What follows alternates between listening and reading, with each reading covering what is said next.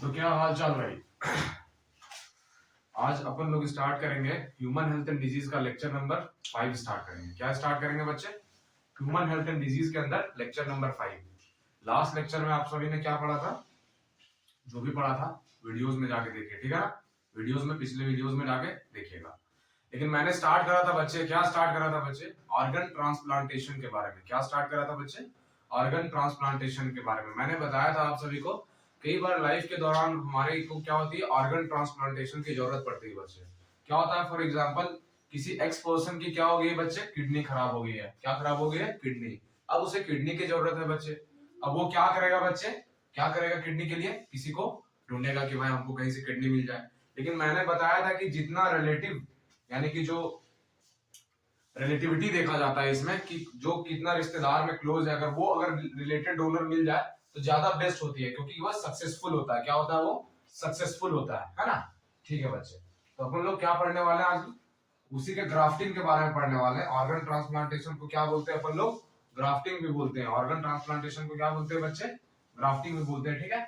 तो उसके बारे में पढ़ने वाले हैं कि ग्राफ्टिंग कितने तरीके का होता है बच्चे, और उस छोटे छोटे पार्ट्स में अपन लोग एक्सप्लेन करेंगे। ग्राफ्टिंग की जरूरत क्यों पड़ती है, सारी चीजों को अपन लोग डिस्कस करेंगे। कौन सी ग्राफ्टिंग कितनी सक्सेसफुल है, ग्राफ्टिंग में क्या क्या दिक्कतें होती है, कौन कौन सी ड्रग की इस्तेमाल की जाती है, कौन कौन सी दवाओं का इस्तेमाल की जाती है, इस चीज के बारे में अपन लोग लेक्चर नंबर 5 में पढ़ेंगे बच्चे, ठीक है। तो स्टार्ट करते हैं बच्चे। पहली जो ग्राफ्टिंग है बच्चे, क्या नाम है उस बच्चे? ऑटोग्राफ्ट। ऑटोग्राफ्ट नाम से ही लग रहा होगा बच्चे, ऑटो यानी कि हमारे बॉडी में ही खुद का ग्राफ्ट। क्या कर सकते हैं अपन लोग? सेल्फ। क्या कर सकते हैं? Self grafting. ग्राफ्टिंग, ऑटोग्राफ्ट को अपन लोग किस तरीके से डिफाइन करते हैं? यहाँ पे जैसे इस बोर्ड में लिखा हुआ है कि ग्राफ्टिंग करते हैं अपन लोग टिश्यू का सेम इंडिविजुअल में। फॉर एग्जांपल मेरे को अगर कहीं पे ग्राफ्टिंग का जरूरत पड़ गई मेरे ही बॉडी के अंदर, उस तरह के ग्राफ्टिंग को क्या बोल देंगे अपन? ऑटोग्राफ्ट बोलेंगे। क्या बोलेंगे बच्चे? ऑटोग्राफ्ट बोलेंगे, है ना। इधर बोर्ड तरफ से ध्यान दीजिएगा, ओके, ठीक है। फॉर एग्जांपल किसी भी एक्स पर्सन में जब ऑटोग्राफ्ट होता है, उसके एग्जांपल क्या क्या है? फॉर एग्जांपल अगर उसकी स्किन कहीं पे डैमेज हो गई, पटाखे दिवाली मना रहा था, दिवाली में जल गई स्किन, अब उसे क्या करना है बच्चे? स्किन रिपेयर नहीं हो पा रही प्रॉपर, तो उसे क्या करेगा? डॉक्टर कहीं भी जाएगा, बोलेगा भैया तू, तेरे पास पैसे है तो तू प्लास्टिक सर्जरी करा ले। और प्लास्टिक सर्जरी में क्या होता है बच्चे? कहीं और का स्किन का पार्ट उठा करके कहीं और लगाया जाता है, और खुद के बॉडी से ही लगाया जाता है बच्चे। क्या कराया जाता है? खुद से बॉडी से ही लगाया जाता है ना। तो बर्न सेल्स में किसका एग्जांपल हो गया? ऑटोग्राफ्ट हो गया, plastic surgery. Bypass surgery, bypass surgery किस केस में होता है? फॉर एग्जांपल किसी भी पर्सन को जब हम लोग फॉर एग्जांपल डेयरी प्रोडक्ट्स हो गया, फैट्स हो गया, इस सब चीज का सेवन जब हमारे बॉडी में ज्यादा हो जाता है तो होता क्या है कि हमें हार्ट अटैक का चांस बन जाता है। तो फॉर एग्जांपल क्या होता है कि ब्लड वेसल्स जो हमारा, जिसमें हार्ट जो ब्लड वेसल्स के थ्रू ब्लड सप्लाई करता है फर्दर ब्रेन में, पूरे बॉडी में हमारे सप्लाई करता है, जिसकी वजह से हम लोग जिंदा रहते हैं। उसमें क्या होता है कई बार कि जो हार्ट तक वेसल जाता है, उसमें क्या होता है कई बार जाके डिपोजिशन हो जाता है बहुत सारी चीजों का, कैल्शियम का हो जाता है, जिसको आर्थरोस्क्लेरोसिस बोलते हैं बायो के टर्म में। तो क्या होता है उस टाइम हम लोगों को बाईपास सर्जरी, जब हार्ट सर्जरी कराते हैं बच्चे, तो उस टाइम क्या होता है? बाईपास सर्जरी की जरूरत पड़ती है। तो बाईपास सर्जरी एक तरह का किसका एग्जांपल हो गया बच्चे? ऑटोग्राफ्ट का। आप सभी लोग तो इंटेलिजेंट हो, आप सभी लोग बहुत होशियार हो आज की जनरेशन में। तो मेरा जरे को एक क्वेश्चन है मेरे का, एक आप लोग बताइएगा। अगर फॉर एग्जांपल मैं अपना ग्राफ्टिंग करा रहा हूँ, फॉर एग्जांपल मेरी किडनी खराब होगी, क्या होगी? मेरी किडनी खराब होगी, मैं मजाक से बोल रहा हूँ, जैसे खुदा ना खास्ता भगवान ना करे मेरी किडनी सलामत रहे, है ना बच्चे। तो क्या है कि किडनी मेरी खराब होगी, अब मेरे को किडनी के ट्रांसप्लांटेशन की जरूरत है। तो मैं क्या करूंगा? मैं पहले किसी ढूंढूंगा। देखिए कुछ बच्चे बोल रहे होंगे कि मैं जैसे हजारीबाग से बिलोंग करता हूं, तो बोल रहे हैं कुछ बच्चे रांची के बच्चे को ढूंढेंगे। यार पहले मैं अपने रिलेटिव को ढूंढूंगा। किसको ढूंढूंगा? अपने रिलेटिव को, कि भैया कोई मुझे किडनी डोनेट के लिए राजी है। और डोनेट भी कौन करेगा? मेरा फैमिली वाला ही करेगा ना, दूसरे वाले क्यों करेंगे? तो पहले फैमिली में ढूंढा जाता है, उसके बाद सिबलिंग्स, पहले तो सिबलिंग्स में ढूंढा जाता है, या फिर मम्मी पापा हो गए, या कोई रिश्तेदार हो गया। अगर इन केस नहीं मिलता है यहाँ से, तब हम लोग कहीं और जाके ढूंढते हैं। लेकिन उसमें बहुत सारा लंबा ट्रीटमेंट चलता है बच्चे, बहुत सारे ड्रग का इस्तेमाल करता है, उसके बहुत सारे साइड इफेक्ट होते हैं हमारे बॉडी पे। लेकिन उसकी चांसेस रेट क्या है सक्सेस की?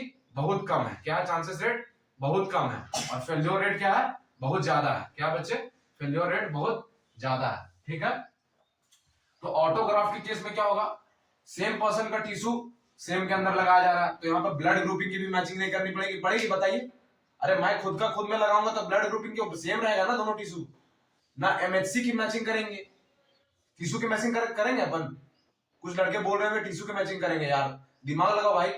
टिश्यू की मैचिंग क्यों करें, खुद का खुद में तो अपने ही से होगा ना, तो no requirement of MHC matching, ना फिर ब्लड ग्रुपिंग का भी मैचिंग का जरूरत नहीं है। यहाँ पे क्या है, ब्लड ग्रुप का भी no need of blood group matching, right यार, ये खास करके पूछा जाता है, ठीक है, तो इस चीज को याद रखना अपने को, ठीक है। सेकंड में अगर आएंगे तो सेकंड तरह का ग्राफ जो अपन पढ़ने वाले वो कौन सा ग्राफ है, आइसोग्राफ है। कौन सा है, आइसोग्राफ, यानी कि सिमिलर इंडिविजुअल में जो जेनेटिकली सिमिलर होते हैं। जेनेटिकली सिमिलर इंडिविजुअल कौन होते हैं, फॉर एग्जांपल मोनोजाइगोटिक ट्विन, जुड़वा भाई बहन है ना, तो जेनेटिकली सिमिलर है। अगर उसके डीएनए को स्टडी करेंगे, उसके डीएनए को स्टडी करेंगे तो लगभग डीएनए सेम मिलेगा। और मोनोजाइगोटिक ट्विन्स में क्या होता है, 100% आइडेंटिकल ट्विन्स मिलता है। हैप्लोटाइप क्या होता है, बताया था हैप्लोटाइप के बारे में, वो पूरा क्या होता है बच्चे, पूरा सब सेम होता है। क्या होता है बच्चे, पूरा सब सेम होता है। तो आइसोग्राफ के बारे में, ग्राफ्टिंग किसमें करते हैं, टिश्यू का जेनेटिकली सिमिलर इंडिविजुअल में। किसमें, जेनेटिकली सिमिलर इंडिविजुअल में। उसकी एग्जांपल कौन सी है, मोनोजाइगोटिक ट्विन्स या फिर आइडेंटिकल ट्विन्स, कौन सी है बच्चे। और तीसरे तरह की ग्राफ की बात करेंगे तो एक होमोग्राफ, नाम से लग रहा होगा होमो यानी कि सेम, होमोग्राफ यानी कि सेम स्पीसीज के अंदर, होमोग्राफ यानी कि सेम स्पीसीज के अंदर, राइट। तो ग्राफ्टिंग करते हैं टिश्यू का जेनेटिकली डिसिमिलर इंडिविजुअल में, अलग अलग इंडिविजुअल में। फॉर एग्जांपल मेरा ग्राफ्टिंग और मेरे पापा को करना है, लेकिन हम लोग क्या है, सेम स्पीसीज है, हम लोग होमो सेपियंस है, तो उसके अंदर क्या होगा, ग्राफ्टिंग होगा। फॉर एग्जांपल क्या है इसके, parents, siblings, unknown donor, parents, sibling और अननोन डोनर, राइट। और लास्ट है बच्चे जीनोग्राफ्ट और हेटेरोग्राफ्ट, यानी कि डिफरेंट स्पीसीज के बीच में जब ग्राफ्टिंग होता है तो क्या बोलते हैं उसे, जीनोग्राफ्ट और जीनोग्राफ्ट और हेटेरोग्राफ्ट, राइट। अब अपन लोग बात करेंगे कि इसकी चांसेस क्या है सक्सेसफुल होने की। जरा गौर से दिमाग लगाना, सबसे ज्यादा चांसेस किसकी होंगी सक्सेसफुल होने की, भाई खुद का खुद में कर रहे हैं तो ऑटोग्राफ की होगी ना, दूसरा किसकी होगी, आइसोग्राफ की होगी, तीसरा किसकी होगी, होमोग्राफ की, और चौथा क्या, मैंने ऑर्डर भी सेम बताया, किसकी, हेटेरोग्राफ की होगी। फॉर एग्जांपल अगर खुद पे लगाए तो उसका सबसे ज्यादा सक्सेसफुल रेट पाया जाता है, फिर क्या है, आइसो वाला में पाया जाता है, उसके बाद क्या है, सिबलिंग्स हमारे, क्योंकि हमारे अगर फॉर एग्जांपल मैं एक भाई बहन हूं तो मेरी बहन अगर मुझे कुछ डोनेट करती है और मेरे में ट्रांसप्लांट होता है तो वो ज्यादा सक्सेसफुल होगा as compare to my parents, क्योंकि पेरेंट्स तो एक जनरेशन पीछे हो गए ना उस साइड से, हम लोग तो सेम जनरेशन के हैं, इस वजह से। उसके बाद क्या है, अनरिलेटेड डोनर, ठीक है। ग्राफ्ट रिजेक्शन के लिए कौन सा रेस्पॉन्सिबल था, इम्यूनिटी बताया था मैंने, सेल मीडिएटेड इम्यूनिटी, जो कि 70 to 80% होती थी सेल मीडिएटेड इम्यूनिटी। और सेल मीडिएटेड इम्यूनिटी के लिए कौन रिस्पॉन्सिबल था, टी लिम्फोसाइट में भी कौन, टी किलर सेल्स था बच्चे, क्या था, टी किलर सेल्स। ये सारा चीज समझ में आ गया। ग्राफ्टिंग रिजेक्शन के लिए कौन इंपॉर्टेंट, इम्यूनिटी सबसे ज्यादा इंपॉर्टेंट है, एकदम 100% चांसेस है कि एनसीईआरटी के द्वारा आता ही आता है हर 1-2 साल में, ठीक है। कौन सा होता है immunity, CMI, cell mediated immunity, right. Successful order अपन लोग को याद रखेंगे, बाकी छोटे छोटे एग्जांपल्स अपन लोग याद रख सकते हैं। समझ में आ गया आप सभी को यार, कहीं कहीं खोपचे में लिख लिया करो, कोई चीज ना समझ में आया तो, ठीक है ना। चलिए ठीक है, ठीक है, आगे नेक्स्ट पार्ट की ओर मूव करते हैं, ठीक है, चलिए।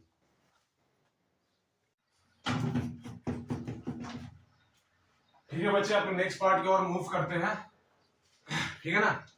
ग्राफ्टिंग कंप्लीट हो गया था, अब पढ़ने वाले बच्चे इम्यून सिस्टम की कुछ डिसऑर्डर्स के बारे में। क्या पढ़ेंगे बच्चे, इम्यून सिस्टम के डिसऑर्डर में, ठीक है, इम्यून सिस्टम के टाइप ऑफ डिसऑर्डर्स के बारे में।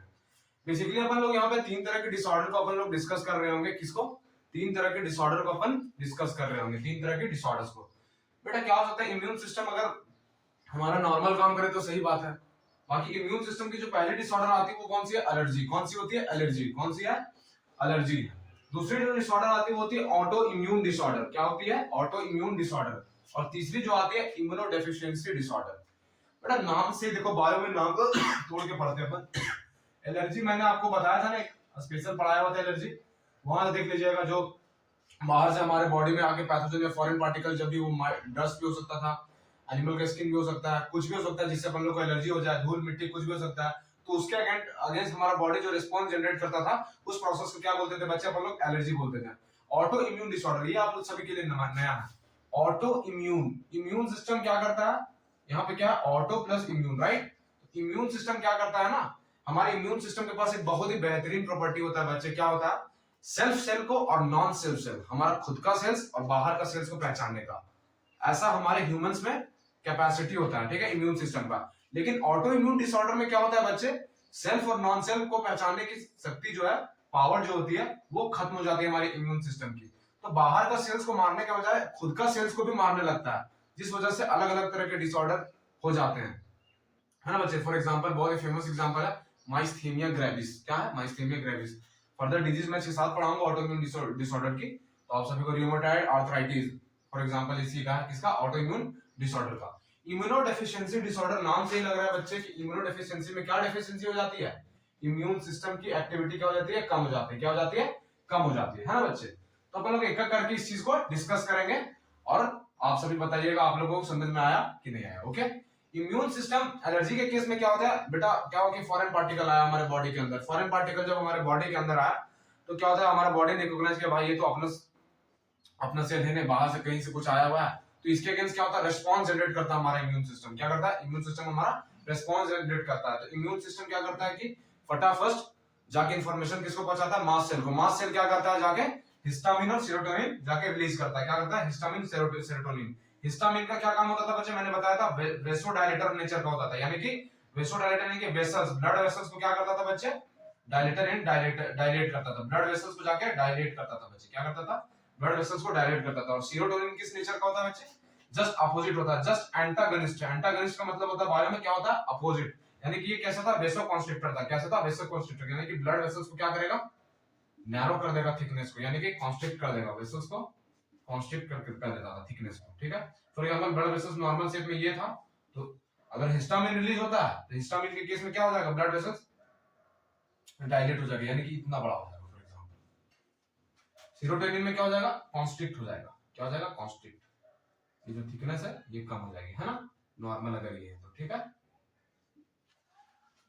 ठीक है ना बच्चे, चलिए ठीक है। एलर्जीज में क्या होता है कि हमारे इम्यून सिस्टम की एक्टिविटी हाई हो जाती है, और ये जो हिस्टामिन और सेरोटोनिन कौन सीक्रेट करता है, याद करिएगा मैंने बताया था किस कौन करता है, मास्ट सेल करता है हमारे बॉडी के अंदर। कौन सा करता है बच्चे, मास्ट सेल करता है। Most important question, release by mast cell. तो इसमें क्या क्वेश्चन बनता है अपन को, हिस्टामिन और सेरोटोनिन का सीक्रेशन कौन करता है, मास्ट सेल करता है। दोनों कैसे नेचर के होते हैं, कहां से सीक्रेट होते हैं, किस तरह से एक्ट करते हैं। एलर्जी के बारे में, एलर्जी का क्या बताया था कि एक्स एग्रीगेटेड रिस्पॉन्स होता था हमारा इम्यून सिस्टम का फॉरेन पार्टिकल या फॉरेन एंटीजन के अगेंस्ट। तो एलर्जी का डेफिनेशन मैंने फिर से एक बार लिख दिया, तो आप सभी को ये रिवाइज हो जाएगा, है ना। और एलर्जेंस कौन कौन से हो सकते हैं बच्चे, पॉलन ग्रेन्स हो जाते हैं जो प्लांट में पाए जाते हैं, माइट्स इन डस्ट हो जाते हैं जो माइट्स डस्ट में पाए जाते हैं वो हो सकते हैं।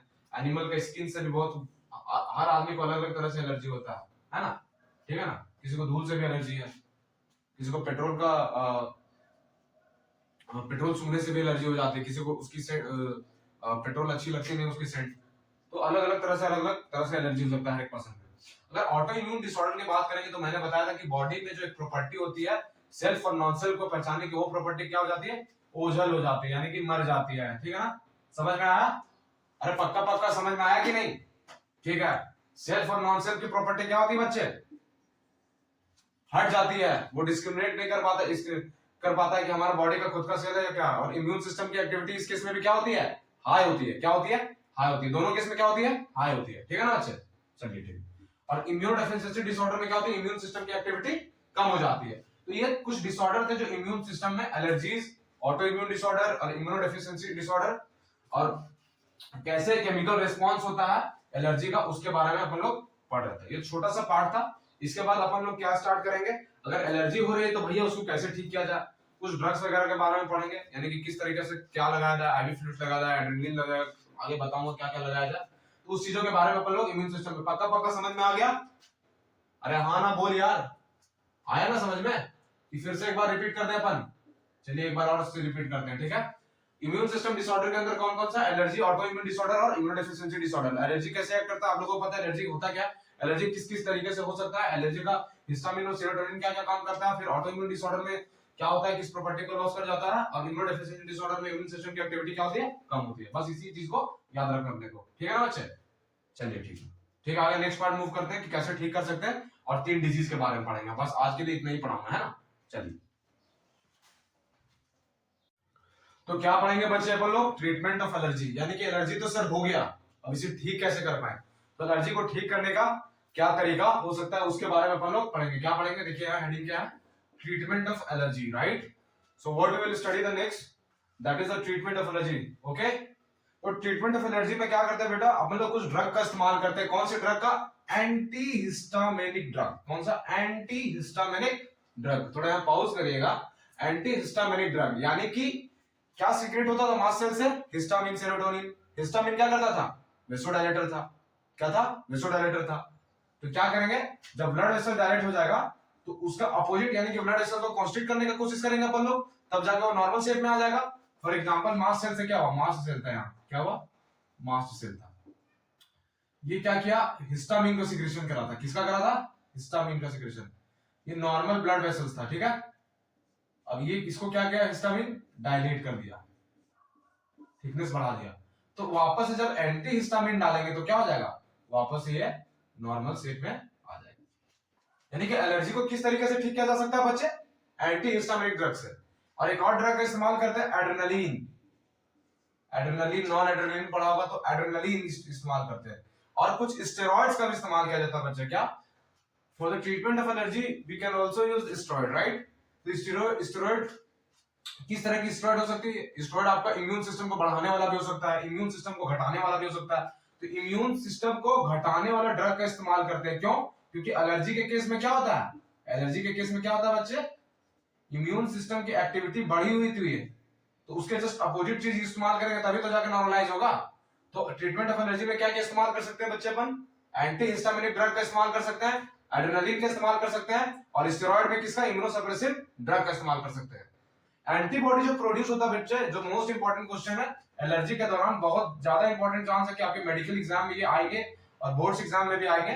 तो आईजीई एंटीबॉडी होती है, कौन सी होती है बच्चे, आईजीई एंटीबॉडी। नाम दे पढ़ाया था, उसमें से ई जो लीस्ट सिक्रेशन था, याद करिए पिछले लेक्चर्स में पढ़ाया था एंटीबॉडी के बारे में। तो आईजीई क्या होती है, सीक्रेट होती है एलर्जी के केस में। अब एलर्जी हो गया भैया किसी को, तो क्या क्या सिम्टम है, क्या क्या सिम्टम है। गर्ल्स को तो ऐसे ही बिना एलर्जी का सिम्टम आ जाते हैं, मजाक कर रहा हूं मैं, ठीक है। स्नीजिंग हो सकते हैं, जिसको छींकना बोलते हैं अपन, स्नीजिंग हो सकता है एलर्जी के केस में। कफिंग हो सकता है, कफिंग कोल्ड बन गया हो आपका, म्यूकस जमा हो गया हो, ठीक है। रनिंग नोज हो सकता है, नाक से बहती नदी के बहाव हो रहा हो, ठीक है। डिफिकल्टी इन ब्रीदिंग हो सकता है, यानी कि अपन लोग जब इनहेलेशन और एक्सहेलेशन करेंगे ब्रीदिंग के दौरान, तो आपको क्या हो सकता है, रेस्पिरेशन अलग वर्ड होता है बेटा, ब्रीदिंग अलग वर्ड होता है, अलग अलग चैप्टर में पढ़ाया जाएगा, ठीक है ना। ब्रीदिंग और रेस्पिरेशन के बीच में क्या डिफरेंस है, तो पिछले सांस लेना, अंदर बाहर छोड़ना, किसको आप क्या बोलते हैं अपन लोग, ब्रीदिंग बोलते हैं। तो ब्रीदिंग में अपन लोग को क्या हो सकती है, डिफिकल्टी हो सकती है। बेटा इससे रिलेटेड 3 डिजीज पढ़ाऊंगा एलर्जी से रिलेटेड। पहला जो डिजीज है बेटा, ब्रोंकियल अस्थमा। अस्थमा का पेशेंट आप सभी किसी को कभी देखे हो, कभी मिले हो, अस्थमा, दम घुटने लगता है उसका, फिर क्या करता है, वो एक पाइप निकालता है, वो एक डिवाइस आता है ना छोटा सा, उसको इनहेल करता है, वो क्या करता है, इनहेल करता है, फिर जाके उसको नॉर्मलाइज होता है। तो आखिर उसमें उस डिवाइस में होता क्या है बच्चे, उस डिवाइस में होता क्या, उसके बारे में पढ़ेंगे, है ना। तो ब्रोंकियल अस्थमा यानी कि कहां पे ये हो जाएगा, ब्रोंक्यूल्स में। अब ब्रोंक्यूल्स क्या होता है सर, ये अपना क्या है, रेस्पिरेटरी ट्रैक्ट। ये क्या है, ट्रैकिया। क्या बच्चे, ट्रैकिया बोलते हैं। यहाँ क्या होती है, सीलिंग्स वगैरह प्रेजेंट होती है ना, ऐसे मैं रफली बता रहा हूँ, चैप्टर्स में बताऊंगा। फिर ये जाके किसमें खुलती है, ब्रोंकाई, किसमें, ब्रोंकाइज में, लेफ्ट ब्रोंकाई, राइट ब्रोंकाई, किसमें, राइट ब्रोंकाई। फिर ये फर्दर जाके कहां खुलते हैं, अलग अलग ब्रोंक्यूल्स में बच्चे, किसमें, ब्रोंक्यूल्स में। तो ये कौन सा है, ब्रोंक्यूल्स अस्थमा है, क्या है। अब ये ऊपर का पार्ट हो गया अपना, ये नीचे का। देखिए कुछ लड़के ऊपर बोल रहे होंगे, यार ये नीचे ना हो गया ब्रोंक्यूल्स, ट्रैकिया वाला पार्ट ना ऊपर हुआ, रेस्पिरेटरी ट्रैक्ट में क्या हुआ, ट्रैकिया वाला पार्ट हुआ यार। तो क्या है ब्रोंकियल अस्थमा, एलर्जी है लोअर रेस्पिरेटरी ट्रैक्ट का। किसका है, लोअर रेस्पिरेटरी ट्रैक्ट का क्या है, एक एलर्जी है बेटा, ठीक है।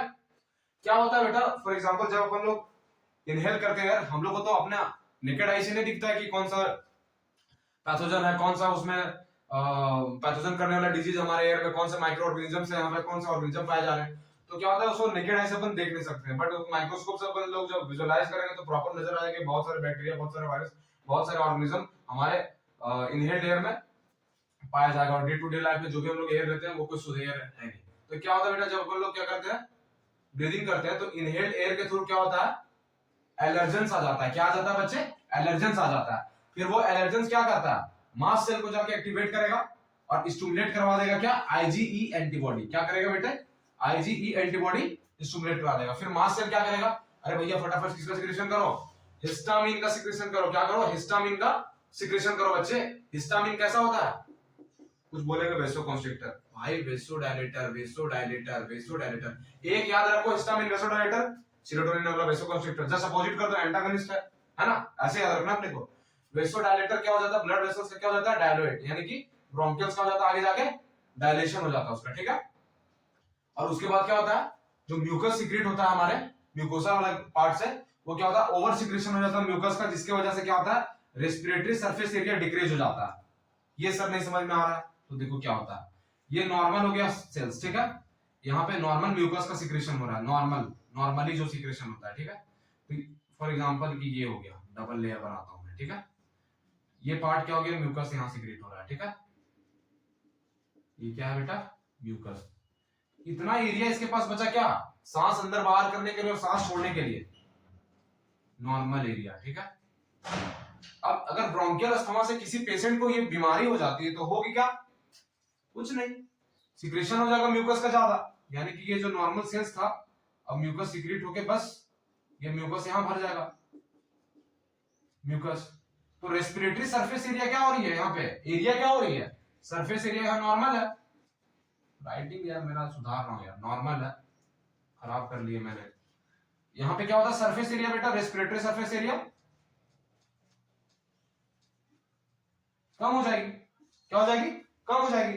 तो सांस लेने में क्या होगा, दिक्कत होगा ना, जब अपन लोग सांस लेंगे तो क्या होगा, घर घर की आवाज सुनाई देगी। फॉर एग्जांपल मैं नॉर्मल सांस लेके दिखाता हूं, ऐसे लेते हैं, जब अपन लोग ये बीमारी से पीड़ित होंगे क्या होगा, आवाज आएगी अंदर से एक्सपिरेशन के दौरान, जब सांस अंदर लेंगे तब नहीं आएगी, जब सांस अपन एक्सपिरेशन यानी कि बाहर छोड़ेंगे तब आएगी आवाज। आप सभी को समझ में आया, क्या होगी, cough and difficulty in breathing, wheezing sound during expiration, right, है ना। इसकी ट्रीटमेंट क्या है भाई, एंटीहिस्टामिन रिलीज हो रहा है, एंटीहिस्टामिन दे दो, क्या दे दो, एंटीहिस्टामिन ड्रग दे दो। और एक क्या आता है, ब्रोंकियोडायलेटर्स, यही ब्रोंकियोडायलेटर्स पाया जाता है किसमें, वो जो मशीन होता है जिसको अपन लोग इनहेल करते हैं, जो डॉक्टर्स दिया करते हैं, समझा। तो ब्रोंकियल अस्थमा समझ में आ गया।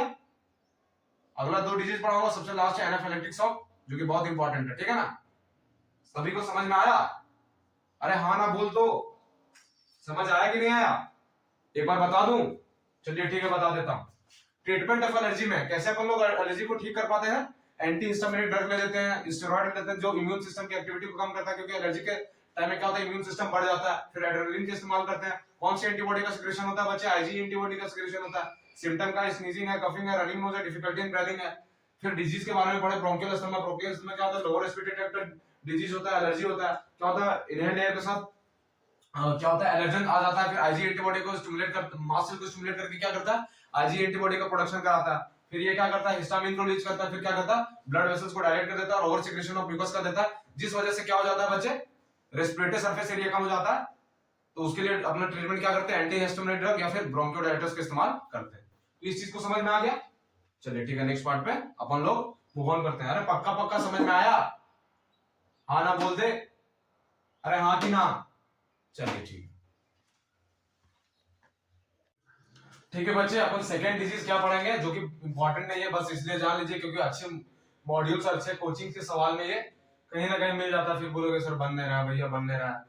तो हे फीवर क्या है, हे फीवर, इसको अपन लोग एक और नाम से जानते हैं, एलर्जिक राइनिटीज, एलर्जिक राइनिटीज के नाम से जानते हैं बच्चे, किसके नाम से, एलर्जिक राइनिटीज के नाम से। राइनिटीज वर्ड किससे रिलेटेड होता है, नोज वगैरह से रिलेटेड होता है, किससे, नोज वगैरह से रिलेटेड होता है, ठीक है ना बच्चे, यानी कि नोज के आसपास क्या करती होगी, डिजीज करती होगी, ठीक है ना बच्चे।